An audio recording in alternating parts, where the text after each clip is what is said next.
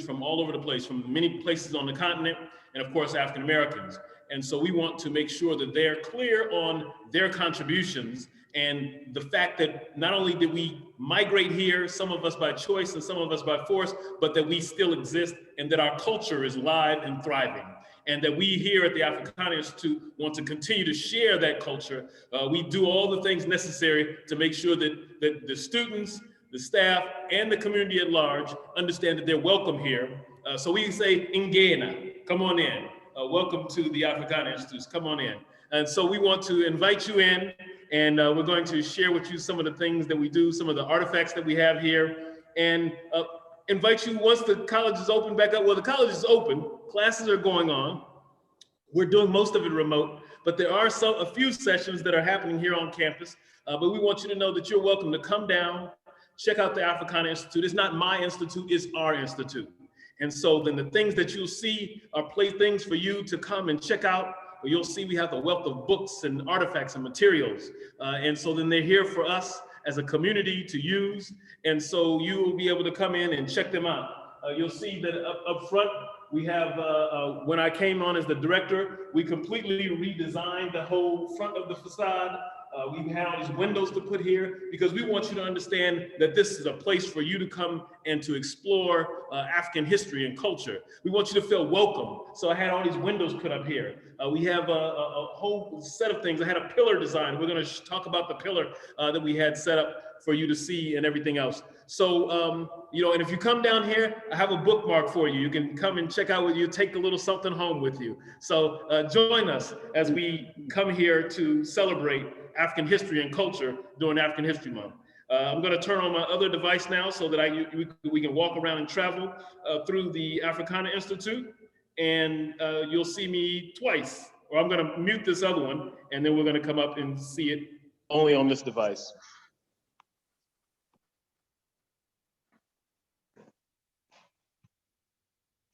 All right, hopefully you all can see me.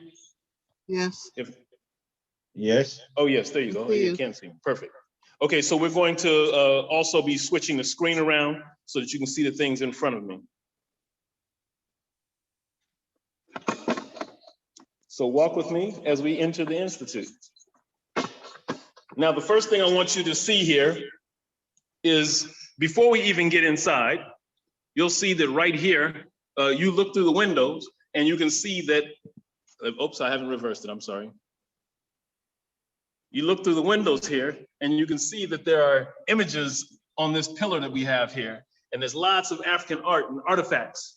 And the big thing that you see right in the front is the Africana Institute logo. So make sure that you are checking out the logo. And I'm gonna explain that as one of the first things as we walk in. So come on in, welcome. So the first thing you see here is the Africana Institute logo. And what you'll see here is that this logo is something I designed back in the 1980s. And I had it, I changed it slightly for our logo here. But when I was an undergraduate at the University of California, I came up with the idea of something called original roots. And so then this means that the roots of the world start in Africa. And so we see the world itself rooted in Africa. So from here, we're gonna go all the way over to the pillar. We're gonna start at the pillar. And this pillar here is something that I had designed. The pillar is a symbol of ancient and contemporary art. So it's built on the theme of the pillars in ancient Kemah or Egypt. And so you'll see at the very top, you'll see the motif that is very similar. Let me turn to the side here.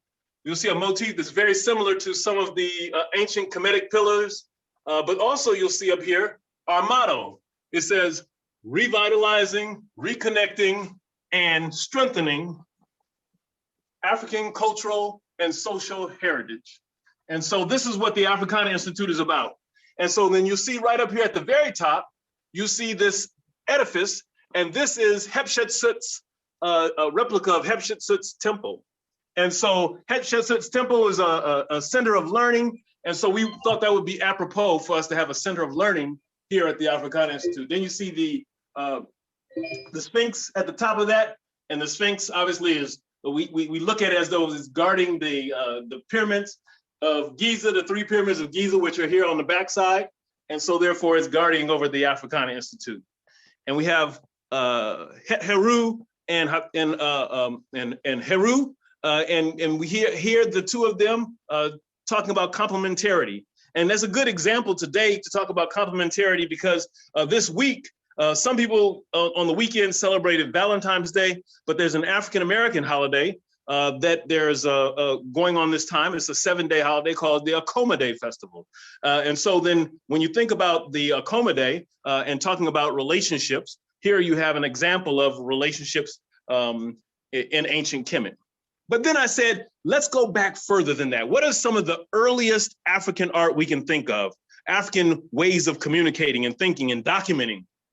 And so at the bottom of the pillar, you have some replicas of San rock art, which are over 30,000 years old. And so I said, let's have the oldest of the oldest, as well as that which is contemporary. So we've structured on this pillar some very ancient things and some contemporary things. But the work itself is contemporary, was done, I conceptualized it, and a friend of mine who lives in West Orange, her name is Carol Lemon Black, and she's the artist who painted this, and then she installed, this is a canvas, and it's installed on this pillar here. And then on the back here, in terms of history, this is a replica of a statue of Yanga. Now, if you know of Yanga, Yanga was an enslaved African in Mexico. And Yanga and his folks, they fought for their own independence, and they have a township that is established to this very day, named after Yangas, Yanga, Mexico. And in the center of that town is this statue of this African man in Mexico. A lot of people wouldn't even think that there is that you would find in Mexico remnants of enslaved people and their artifacts. Well, here you have it. And then at the last piece over here, we have a tekken. A tekken, another name for the tekken is an obelisk. Now the obelisk is the Greek name. And then inside the tekken, we have embedded Olmec masks to talk about some of the older African artwork, statues that you see in ancient, in Southern America, right? And so then here you have this continuity of the continuation of African beauty. And then we had bookmarks made of this pillar. So there you have a small piece for us to see collectively together. And then we come into our conference room. So the conference room is where we have screenings of films. We have lots of dignitaries who come here. We have, and we're going to talk about some of this artwork while I'm just going to walk around and let you see some of it for a second. We have dignitaries. We have lots of folks who come to the college, whether it's, in fact, when the Africana Institute was started, the king from Ghana, the Asante Hene, came from Ghana, and he was the person who inaugurated the Africana Institute. So when he came, this piece of kente was the gift that he brought. So this is a piece of royal kente from the Asante Hene in Ghana. And when he came, he gave us this. And then I'm going to go over here real quick. I want you to see, not only did he give us this, but he also gave us a stool, which was not exact replica of the golden stool, but nonetheless a stool. And it is this stool here fashioned with the symbol in the center, which is the jiname. And that means the jiname basically is a symbol that means nothing greater than God. And so you'll see on the top of the stool, you might not be able to read it because it's a little bit small, but it has the Asante Hene's emblem, and it has his name on it. So this was a silver emblem that he had for us. And so we're very thankful that the Asante Hene came here to Essex County College and shared with us some of the things that the reasons why it was important for us to start this institute. Now I want to start off right at the front door. We have several masks But this first one here, masks and statues, this first one you'll see here, this is a fertility doll, but it's from Ghana. This is a different one. It's from Ghana. This is the Kuba doll from the Ashanti, and it's a matrilineal Ashanti. Well, the society is a matrilineal, and this particular one was about helping women to be fertile, right? So that these dolls, you'll find them in lots of places that deal with fertility, talking about what does it mean to be fertile and how to bring fertility to bless women in their attempts to have children and to make sure that birth of that child is something that, when conceived, is a healthy child. And so then this is something that you'll find lots of. These are particular ones, are older ones. This one is a painted wood, and this is from a gallery in Washington, Irvington. And this is the Washington Irvington Gallery in 1985. So a lot of the items that you're going to see here were donated to the Africana Institute, and I'm going to talk about that donation in a little while. Some of them are my own personal artifacts, but others have been here for many years. So right in front of the Institute, when you walk in walk in the door, the main thing you see, and so many people want to walk home with these are the Ndebele dolls from South Africa. So Ndebele is another group of people from, and I'll take some close-ups for you. The Ndebele is another group of folks in Southern Africa. And these dolls are typical that you may find. And some of them are shorter and others are very tall. The shortest one we have is this little one here. But then if you look how she stands next to the other ones, you'll see they get much taller and even taller. And then I'm going to show you another one that's twice as tall as all of these. But these are very popular in Southern Africa, and you'll see them. And some of them have legs like these, but here again, these dolls also represent fertility. This type of beadwork is not just typical of South Africa, but it's typical of a lot of different places. But in Nigeria, a lot of beadwork, but particularly this beadwork here is from South Africa. Even the cup here that you see, this little mug is it's more of a touristy item, but nonetheless, you see the level of artistry that these, mostly women, to my understanding, I haven't really seen any men doing beadwork in South Africa. Maybe they do in other places, but the women who do this work have, they do it so rapidly, it's amazing to see it happen. So that's a little bit just on South Africa. As we're going through any of this, if anybody has any questions or anything, please feel free. Let me turn my screen back around while I walk. Anybody has questions, please feel free to ask what questions you may have. I'm not sure. Barbara, also make sure you let me know how much time we have to do the whole event, and so that I can stay on it's path. an hour from 7:30 to 8:30. It's an hour. Okay, it depends good. On how many, okay, so you just keep me on point because I can. Yes, you can. I can espouse for a moment or two. Okay. So back to the displays. We have all kinds of different things here. The next thing I want to go to, before we go to any of the other major works, is that I want to go to something that's at the middle of our table here. So this is the middle of our conference room table. And I want you to see this because I think it's an important piece.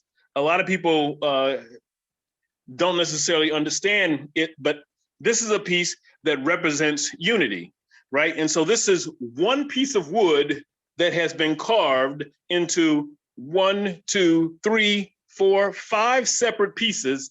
And so these separate pieces, you can pick this thing up like this as one piece, and you can see this is how the log is made. And when you see these, they're carved out of wood, they're carved out of stone, and this has never been broken. And so then it sits like this. Sometimes you'll see bowls on it or other kinds of things, but it represents unity. And it shows the what it takes, to have unity, because to carve a piece like this could easily break.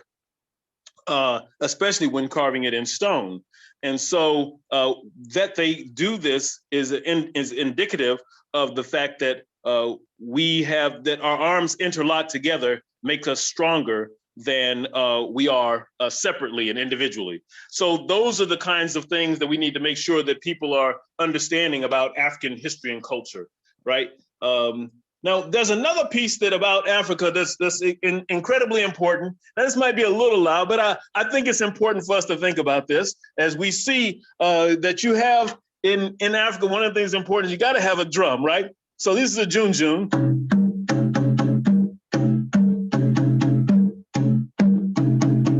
And junjun wouldn't be complete without a cowbell.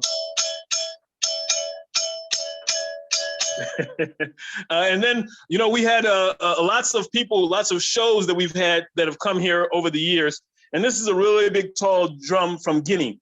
It's on long-term loan here from folks that came from Guinea and performed. And so we've had it now for maybe 8-9 years. And so that this is something that, you know, we are thankful for the ability to have this on long-term loan and to be able to display it here in the Africana Institute.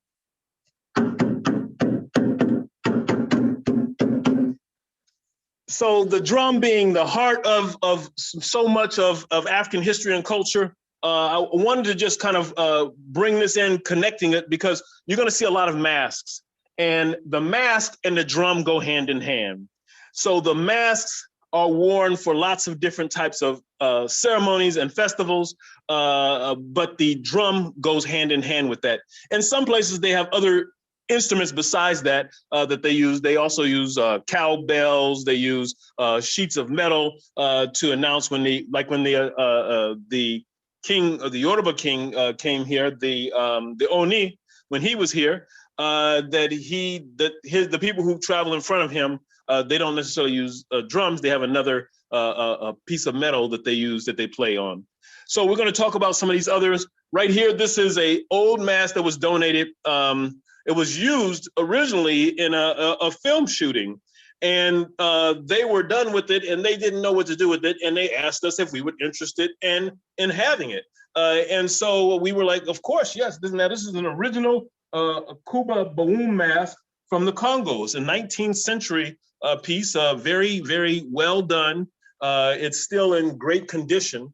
And this particular mask, you can see, has lots of different things on it. Has copper. It has the outside here. This is all copper. It has raffia, cowrie shells, some other kinds of shells, and beadwork. These are all masks that are used. These masks are used in ceremony for the most part. And so the different ceremonies that these might be used for, we're going to talk about some of them, not all of them, but you know, those that we have time to go over, we'll try to do so. The masks, this is a mask that was donated individually, this particular piece, and then we have some others that were donated in a collection that we're going to display. Before we go to the next mask that we have, I want to show this fabric here. Now, this is a piece of fabric that I acquired back in the 80s. That here you have a map of Africa that was printed on a piece of fabric, and this would have been something that somebody wore. But I thought it was important enough to not just have it as something that somebody wore, but also to as a testament for that particular time period. So you'll notice several things on here that, for instance, when you look closely, you see that it still says Zaire here. So this is when Mobutu was still in office. It wasn't the Democratic Republic of the Congo. You'll see that Sudan doesn't have upper Sudan and lower Sudan, Sudan and South Sudan, because this was way before that, right? Ethiopia, you don't see Eritrea. So that there's lots of transformation that has gone on the continent since the time that this particular map had been made. So it gives you some indication on the changes that happened. And I also love the beauty of that all of the flags that are here, right? So that the flags of the time that was going on, that those flags are represented here on this piece of fabric. And you don't see many things like this. These types of maps or pieces of fabric don't really pop up too often. So I framed it so that it would be something that could stand the test of time.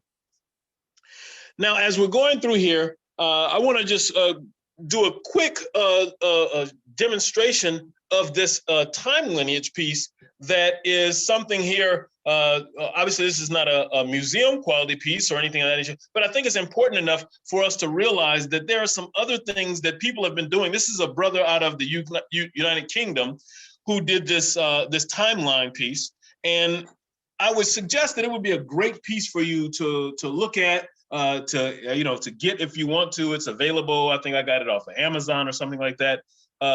This lineage timeline goes from 6,000 BC to 3,000, really. So it projects into the future. And the brother's name is Paul Obina. And so then if you were to check out his piece here, you'll see some great history. Takes it all the way from, like I said, 6,000 BCE, all the way up into the Common Era.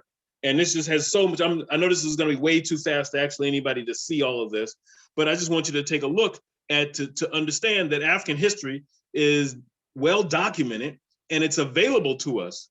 And so then there's nothing that we shouldn't be able to do to provide this same kind of information to youth today. In fact, let me take a real quick step back, because we have so many folks in our community, young folks, who have fears of math, for instance. But if they look real closely right here, I don't know how well you can see it, but this is the lineage of the math on the bone that is 35,000 years old. One is, and you have the Shango bone, and you have the Libombo bone.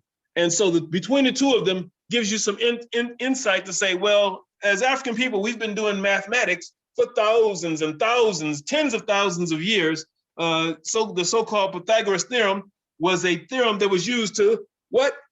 Create the pyramids. And so therefore, there should be no confusion as to what we've contributed to the world. So this takes us all the way through all these ages. As a matter of fact, one thing that's interesting is that here he is talking about the age of Pisces, and now we just changed into a new age.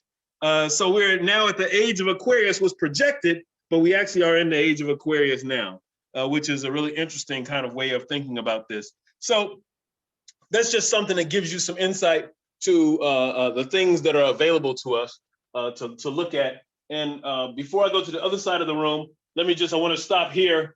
We're going to move over here now. We're still in the conference room, but this is the other very large Ndebele doll.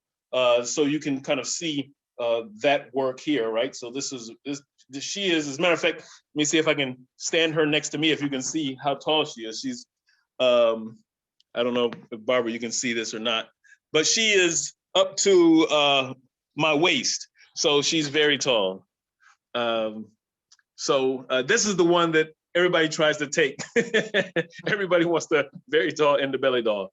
Now, to talk about the historical and the contemporary, this is a piece I bought from a brother who's a professor here, but he also is somebody who is comes from the Nubian tradition. And he has all these Nubian paintings, watercolors that he does that are extremely vibrant and beautiful. And here is an example of some of the vibrancy and beauty of the work that he's done, right? Professor Omar Said. And so you'll see here, most of his things depict the desert, the sand, and the environment for Nubian people or people in the Sudan. So that here you have that kind of insight and experience. Now we're going to start to migrate onto some of the older pieces that we have here in the Institute. The first piece, well, I mean, the Bawum mask, it was pretty old, but also this first piece here that you're going to look at is a Dan mask, but this is a Warthog mask. And the Warthog mask, these were folks who were oftentimes hunters, but this is from Cote d'Ivoire. And so these are Ivory Coast masks these particular folks who use these masks, remember these are masks that were actually worn. And so this one, it has the tie-ons that you'll see in the back. Oftentimes you don't see this kind of stuff when you're in the museums, but these may have had raffia on them and tied on so that you wouldn't see the rest of the person, and maybe they would have pulled over the head with raffia, and the mask, the face of it, you would see that the person could see through the eyes or through these little slots here, and that's how they would see what's going on around them as they're engaged in demonstrating what the masks were about and what people should be looking out for in terms of the culture and things of that nature. The one thing about these particular masks is that when you think about the animal masks, that they replicate the ideas of what the mask itself, or the mask itself replicates the ideas of what that animal was about. So here the warthog is a tough animal, right? So that in the tusks itself here that are represented, talk about, just represent that there's ways of traveling through. The warthog would dig itself in backwards into the hole that it has. And so then the idea was that here you have somebody who can be stealthy like the warthog, but also that had the fierceness of the warthog. Akil? Yes. We have a question in the chat. I'll read it to you. It's from, correct me about your name. Nikase? Yes? I'm sorry? It's from Nikase. And his question is, Dr. Akil, Africana Institute is a challenge for African descendants to know about African history and cultures. Unfortunately, it seems like we African descendants are very interested by this. How can we empower our people to have an interest in the culture? People without culture is a dying people. What different kind of African studies does the Institute provide if we know that there are many different cultures in Africa? Yeah, okay. No, that's a great question. So I'll just respond to that quickly, that I'll give a little bit of insight into it. So what I'll say is that when you're talking about African culture, obviously we know that there's hundreds of different African cultures, that in Nigeria alone, you have hundreds of languages. In South Africa, they have 11 official languages and lots of different sub-languages. So when you go throughout the continent, you'll see the same type of thing. Some are very similar, right? So that whether someone is, for instance, if you take a look at the Ndebele I was talking about, the Ndebele have very similar cultural and linguistic traits to the Zulu and the Xhosa, although the Xhosa have more clicks than the Zulu or the Ndebele, but their cultures are similar. Their food groups are similar. And so then the point is that we want to, here in the Africana Institute, have people to know that there's lots to explore. There's lots to look into. And it's exciting learning about our history and culture. So whether we say Africana because instead of African, because Africana refers to all people of African descent. So that we talk about Africana, we're talking about African Americans, African Canadians, African in Haiti and Brazil and Jamaica and Cuba and Puerto Rico, all over the place on the continent. And wherever we are of people of African descent, as Africana studies, that we study and explore the history and culture of people of African descent all around the world. So that's why we use that terminology. And some people get confused to think we're talking about Afrikaner, which was the groups that were the oppressors, one of the oppressors in South Africa, right? So you had both the Afrikaners and then the British, both who ruled as colonial powers in South Africa for over 100 years each. But that's another story for another day. But the point is that we have to share it and explore, have young folks to learn and explore and see that it's the beauty of it. Oftentimes I'll have folks from the brothers from the continent will say to me, well, you look more African than I do. You don't wear, but the thing is that we have the ability to look and dress how we want to. And so I wear African attire most of the time. I guess maybe not when I was campaigning so much, but for the most part, other than that, the rhyme and reason is that it's my clothes, it's my comfortable, it's my comfort space. And so then the point is that we all can and we should celebrate our African history and culture, and we can see the threads between them. So that's what I'll say to answer that, and we can explore more at another point in time. Hopefully that answers your question.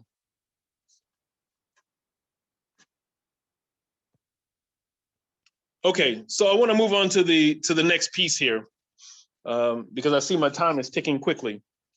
This piece here is another tall piece here. This is a female figure from Nigeria, a subgroup of the Edo.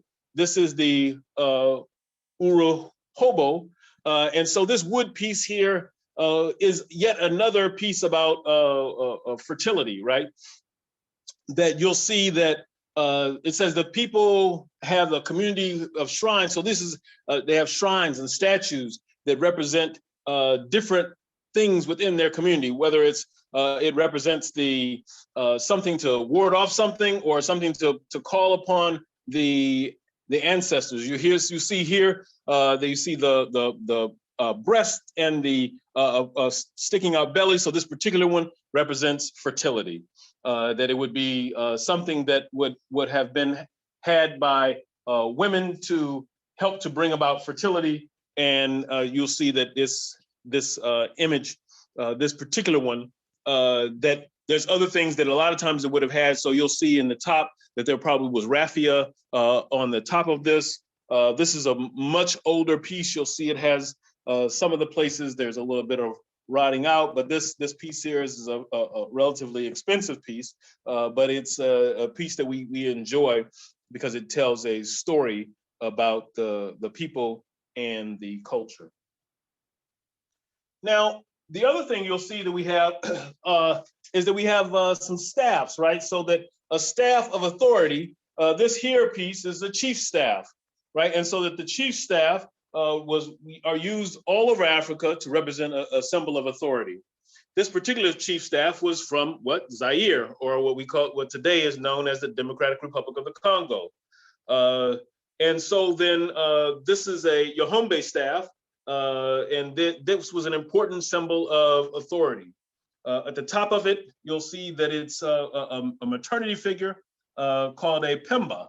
This staff stresses the importance of women in society. So here you see, even though this would have been a man probably who would have had this, but still the place of women and the importance of women in society is understood by those who were the chiefs in this particular village. So this staff is almost as tall as I am. Right next to that, following that, we have a really nice piece. This is a wedding basket. And it's really interesting because you have 11 pieces that are all embedded into one. So you'll see that this here, I'm trying to be gentle with it, but each one pulls out, right? So then you have a basket inside of a basket, inside of a basket, inside of a basket. And so I'll just pull out one or two more of these, being gentle. But you'll see it goes all the way down, and they're perfect fit, perfectly aligned baskets. And then there's the last piece in the top. I won't pull that one out, but that's like it's just an end cap. It's a top, and it goes inside the last piece. But very, very interesting. It's rattan wrapped in leather. So the tops are leather, and all around the sides is a grass made item. And so then each of these gives, that this could have been, this piece here, before it was donated to us, this was in the Wright Museum through the National Jewish Women's Art Show. So this piece here has been, several of these pieces have been in museums, and that they were collection pieces at museums, and now they're collection pieces here at Essex County College in Newark, New Jersey. So we continue the quality and the, and as a matter of fact, let me show you some of the side work of this. that the workmanship is impeccable. And so that all of these pieces have these similar types of contributions that they have. I'm gonna show you another drum real quick before we move on to the next major piece that we have for you. Now this next drum, I got this when I was in South Africa, but then I took a trip to Botswana. Actually, no, this is not the Botswana drum. This is Swaziland. So this is the drum. This is a drum from Swaziland. Has a goat skin on the top and very artistic wood painting around the sides, carved and painted around the side. And then they made legs on it, right? So really, really interesting piece here. This is a more contemporary piece, but I think that it's a very nice one as well. Now, next is another headdress. This one is a major significant piece here. And this piece here, you'll see that this is from the Yoruba. This is an Epe Mask from the Yoruba. And this one was also in the Washington Irvington Gallery in 1995. The Epe Festival is fairly recent celebration, 1880s, which is recent in African history. In northern Nigeria, where it was instituted by the Yoruba community, and for centuries, you had these there. And this particular one, it says there is a specific sequence of masks which are danced to, starting with one which is such as this, the Oloko, which is the farmer. So this particular mask, the farmer, that this was something to bring about and protect the farm and the harvest, but also was kind of a warlike mask, that it was a hunter, because a hunter and the warrior kind of go hand in hand. So this is it looks heavier than it is. The wood is very light, and surprisingly so, but very detailed work. And this here, you see that this is where the opening is somebody's head. This piece here would actually have gone on somebody's head, and they would have worn it during the masquerade. Now, I want to take you to the other side of the room to show you this piece here, which I really like a lot. This happens to be a piece from Ghana. Now, this is a statue of a child and mother sitting on a stool. Here, a maternity figure embodied in various concepts of an Ashanti people. Primarily, it's a statement about the importance of lineage for continuity. A highly decorated chair you see here with this warrior reference and emblem of the golden stool suggests the function of the figure was used in a shrine, right? So this is you'll see the workmanship here. You see the beauty of the headdress of the mother and her nursing the baby.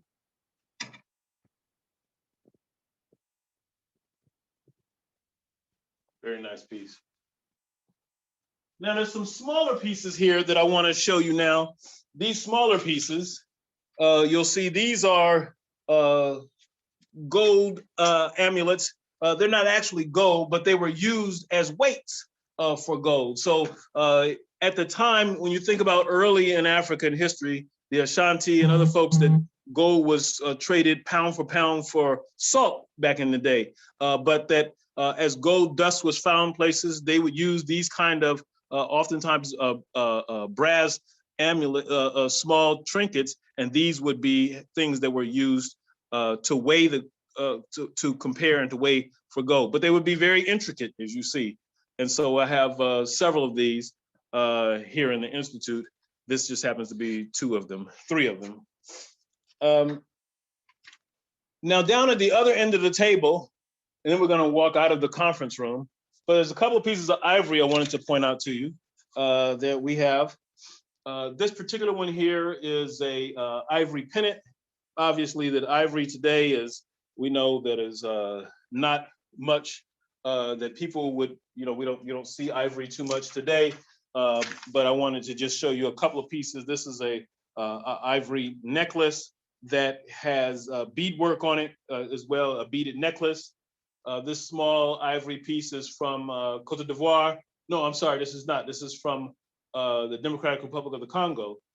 And so then this small ivory pendant, this particular one is a replica of a larger mask.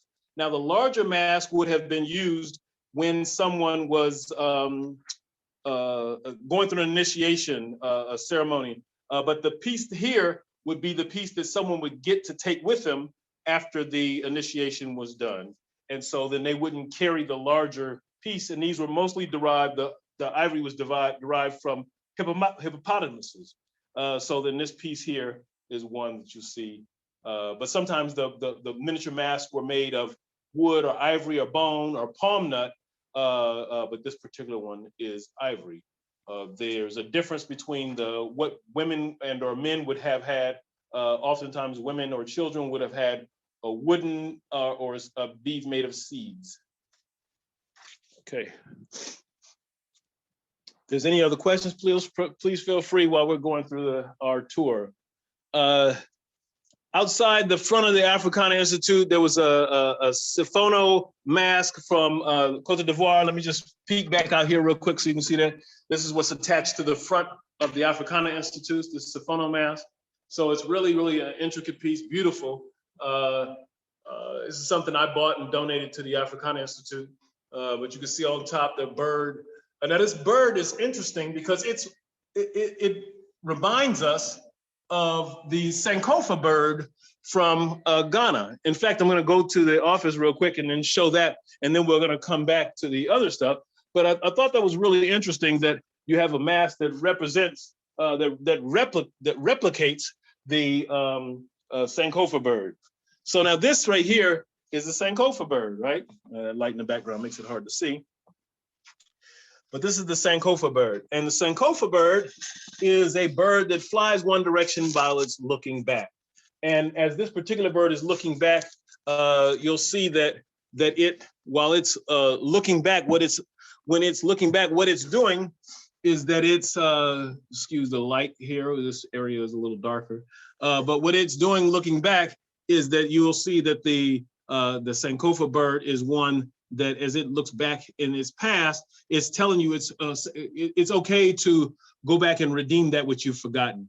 In other words, we wouldn't know our history if we don't know we wouldn't know our future. We don't know where we're going if we don't know our history. So we have to make sure that we understand and study our past so that we know where it is we're headed. So it's an important symbol in the diaspora, understanding African history and understanding the meaning and beauty of the Sinkofa. I see I don't have a whole lot of time left, but let me just kind of go over some of these other figures real quick. Now this here that we're getting ready to look at, this is another mask. This particular one is from an animal mask. That's this particular one is from the Bobo. It's a typical Bobo mask, and the Bobo is a generic term applied to people living in around which area which is bound by the north by the Jemme in Mali and the eastern by the Ghanaian border. And here you have this one, the other side of that is on the Bani River. So the masks have become common for the animal form, which represents protective spirits to the people in this particular society. So you'll see that you'll see lots of different types of animal mask. This here next to it is a baboon mask, right? And so this particular mask, although it's an older mask, if you were inside of it back in the day, would have been either some kind of leather or fabric or even fur, right? So, but you'll see this really, really intense eyes and overlooking hang. Really, when I see this mask, it reminds me of horses that are race horses, right? Because the way that these things on the side of the bamboo mask protrude, really interesting, and the tongue is hanging out and everything. So we have lots of different things here that we are going to, we don't have a lot of time left, but maybe there'll be some things that you want to come back and you can see it another time. Here, again, we see more giames. This is part of the, we have several Ghanaian artifacts. This is another stool, a larger stool than the one you saw before. It's a little dark over here. Let me see if I turn it up. You can see that embedded in it is the jiname. And really the fascinating way they did this, once again, is one single piece of wood, but they carved it here. And you can see, because it's a single piece of wood, that you have some fracturing on the sides, but that they carved it the way they did is that it has two jinames, one on each side. And here it's really, really fascinating. Now, let me take another step back here. A couple more pieces I want to show you before we call this an evening. One right here that's in the front of the Institute, I think is a really nice piece here. This is a Puna mask from Gabon. So you'll see we have masks and artifacts from all over different places on the continent. And we try to make sure that we have good representations of things for a diversity of contributions to the African world. Now this piece here is interesting. I like this a lot. You don't see a lot of these in Africa. This is a replica, right? This is a replica of a stool. Now you have these stools right here that has a peg in the back and a carved front. Now some of these are extremely huge, and you can actually sit on them. They're very strong. When you look at them in the beginning, oftentimes you look at them and say, "Ooh, that doesn't look stable," but they're very stable, and it's a master work of art that the artists who do that. Two more pieces I want to show you before we wrap things up. This one here is a male figure. Here again from Zaire, or formerly Zaire, from the Congo. This is a Heba from the Heba people. And this is a memorial portrait of an ancestral figure in a small protective hut is where they would be. Here they placed a row on continuity between the living and the dead as a funerary object of religious significance. Along with the clan identity, lineage identity, which is relevant to the ownership of the land and its social status.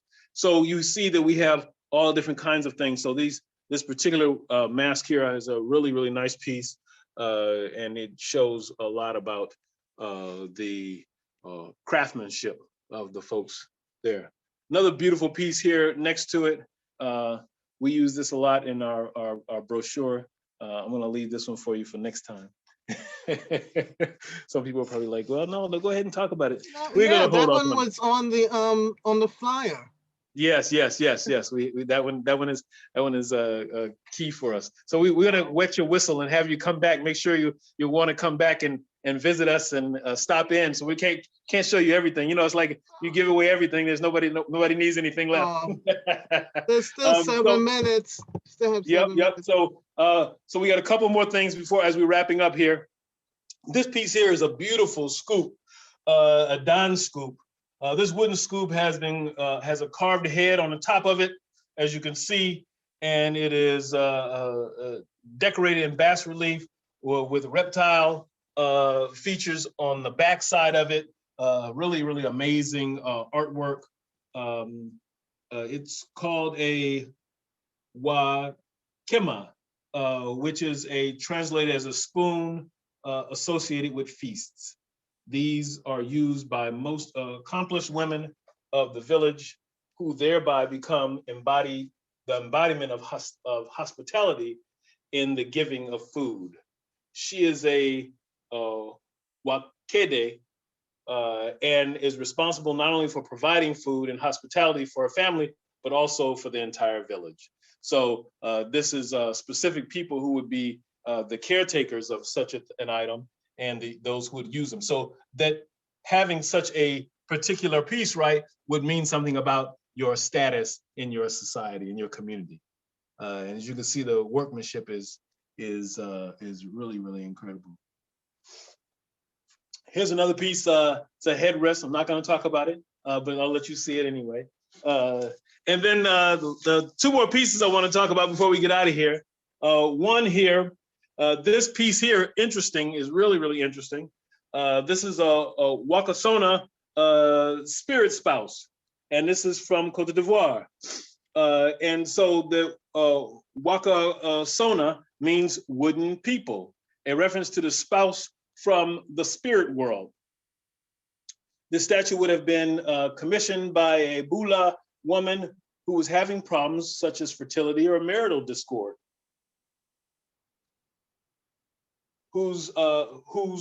which caused a tribute to dealing with jealousy and jealous spouse or angry spouse. The statue would be placed in her sleeping room, where it would be affectionately handled, rubbed with oils, and provided with small dishes of food and things of that nature. And so then these would have been a lot of different things. It could be the leg of a bed or something else. They could also have different kind of markings on it, as you see that here, typical of certain parts of the continent, that you would have different markings that might represent initiations or medicines that somebody might have received. And so then here, her spouse, obviously a male, well, somebody who would something that would have been presented for her to maintain order and balance in her house. I think I have one last piece here for you before we call it a night. I had another piece of paper. I have a question for you. Oh, sure, go ahead. I noticed that, and I noticed that there are a lot of fertility figures there. And yes. I'm just wondering if that was purposeful in the sense that it helps the energy of creativity and fruitful work and the birth of new ideas. Is that something that was planned? No, so a lot of those particular items were part of the donation, right? So we received a substantial donation from a previous art collector, and those happen to be some of the pieces in their family collection that now are the possession of the Africana Institute. Okay. So we're fortunate in that regard, and I'm glad to be able to share those things with folks because they're, oftentimes people don't get an opportunity to see and experience those kinds of things, not up close at least. And hopefully you've gotten a chance to see some of those items and your appetite is whetted so that you're willing to come back and see some more. We have a lot of items. I have a bunch of jewelry, other types of jewelry that we didn't get a chance to see. But the last piece here is one of the gems. And so I want to share that with you real quick before we wrap up. We only have a couple minutes left. But this piece here is another major, this is from Burkina Faso. This is a piece from among the Bois. Only those villagers in the southern areas of Boni, Dossi, tend to use the spectacular dance masks, and these are particularly used in early March and from early March to early May. They are brought out during the rainy season, at initiation rites, at annual renewal rites in the community. But these are, you see the workmanship on here, and the some of the fragility of it is also it's strong, but it's fragile as well. And so you'll see that this is a place where this would have actually been worn on somebody's head. This tall thing, it's taller than me, but it would have been on somebody's head. So you see in the back behind it, that's the facial piece that would have been connected to somebody's face. And then that hand piece there is at the bottom, that's where they would hold it. So you can imagine having this huge mask attached to your head and dancing with it. And you'll see that there's even masks that are taller than this one, much tall, twice as tall as this that I've seen people dance with. And it just shows the majestic nature of African history and culture. And these are not just historical facts, these are continued things that still go on today. So when you travel in different parts of the continent, you'll see different dances and different displays of African history and culture. And unfortunately, because of the colonization and the imposition of racist ideas about African culture and history, that oftentimes even Africans shy away from these artistic and important spiritual and cultural artifacts because they're perceived as, oftentimes by Europeans, they would have been perceived as and presented as something that was demonic or negative. But when you really study the history and culture, you begin to see that that's not the case, that there's lots of other types of history and culture that goes with it, and that this is just a example of some of those things. So I hope that you've had some joy in seeing some of the things that you've seen. I'm going to glance by some things that you haven't seen in the process, and we won't be able to talk about them today, but hopefully you all will come back and we will have time to meet in person and to go over some of these things and to talk about African history and culture, which I love to talk about so much. And maybe you'll join me on a trip to someplace, right? So I'm planning to go back to Africa. I want to take people to I went in 2018 to the Olojo Festival as on an invitation from the Oni in Nigeria. And so then that was a amazing experience. I've been invited to the American Voodoo Festival in Ouida. And so that's going to be fascinating. I'm planning a trip to go there next year. Hopefully everything clears up and we can do that. There's so many different history festivals and ideas. I have friends in Brazil, and we talk about African history and culture in Brazil. We talk about it in Haiti and Jamaica and Trinidad. I have people who are waiting for me to come to Trinidad. And when I was in China, we looked at African history and culture in China. So you go to some of the way up high museums. Well, not even museums. These are actually where the monks are in the temples, the Buddhist temples that you see all the way up in the mountains that we visited. And when you get all the way inside, you'll see that that the enlightened ones, the Buddhas, that there's actually many of them, but there's Africans who are in those pictures, that in the statues that they have, but you never see them. I have some of those pictures. I have seen that personally with my own two eyes, so I know that it exists. But we have something we haven't talked about. So I invite you to come back with me here to the Africana Institute right here in Essex County College. And we are excited always to have you with us. So join us here at Essex County College. And I'm Dr. Akil Khalfani. You can always reach me at akilkhalfani.com. We have a fabulous time sharing with you all the beauty and majestic nature of the African history and culture, both in the United States, in the diaspora, and on the continent. Thank you so much, Dr. Khalfani. Your love of this topic comes through, and your classes must be phenomenal. I really would like to have more, even if we still have to do it by virtually. But thank you so much for giving your time to let us see this beautiful work in the Institute. And you're quite welcome. From someone, Megan Yates says, thank you, Dr. Khalfani. That was so beautiful and inspiring. Thank you, Dr. Khalfani. Thank you. We're very proud of you. And Thank you, Dr. Khalfani. We got a lot of students and people interested and they'll be coming personally to visit.